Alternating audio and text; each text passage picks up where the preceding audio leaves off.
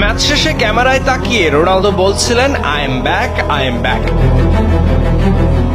সত্যি তো তাই, রোনালদো ফিরেছেন, রাজার মতোই ফিরেছেন। হস্টনের আকাশে ভক্তদের অপলক দৃষ্টিতে তাকিয়ে থাকা ধ্রুবতারা রোনালদো ফিরবেন, পূরণ করবেন অধরা স্বপ্ন, আনন্দে ভাসাবেন অপেক্ষায় থাকা কোটি সমর্থকদের।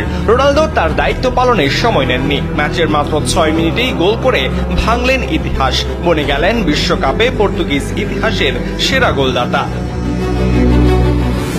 সেই সাথে মহারাজা বিশ্বকাপের আলাদা 6টি আসরে গোল করার রেকর্ডটাও নিজের করে নিলেন। হস্টনের 70,000 দর্শকের সামনে CR7 এর রুদ্রমূর্তি যেন ধেয়ে আসছিল সকল আক্রোশে। ম্যাচের 17 মিনিটে ফ্রিকিক থেকে গোল করে ব্যবধান দ্বিগুণ করেছিলেন নুনো মেন্ডিস। 39 মিনিটে আবারও গোল করেন রোনালদো। 41 বছর বয়স যেন নিমিষেই নেমে এলো অর্ধেকে।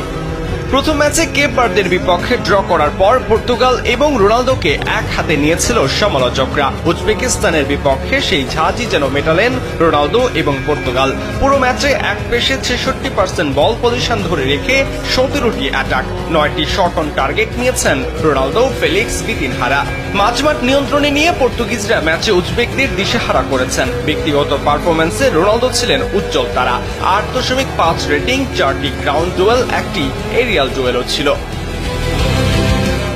গোলমুখে রোনালদোর টোটাল শট 5টি, 3টি বড় সুযোগ তৈরি করেছিলেন। 68% নির্ভুল পাসও দিয়েছেন এদিন CR7। রোনালদোর এমন দিন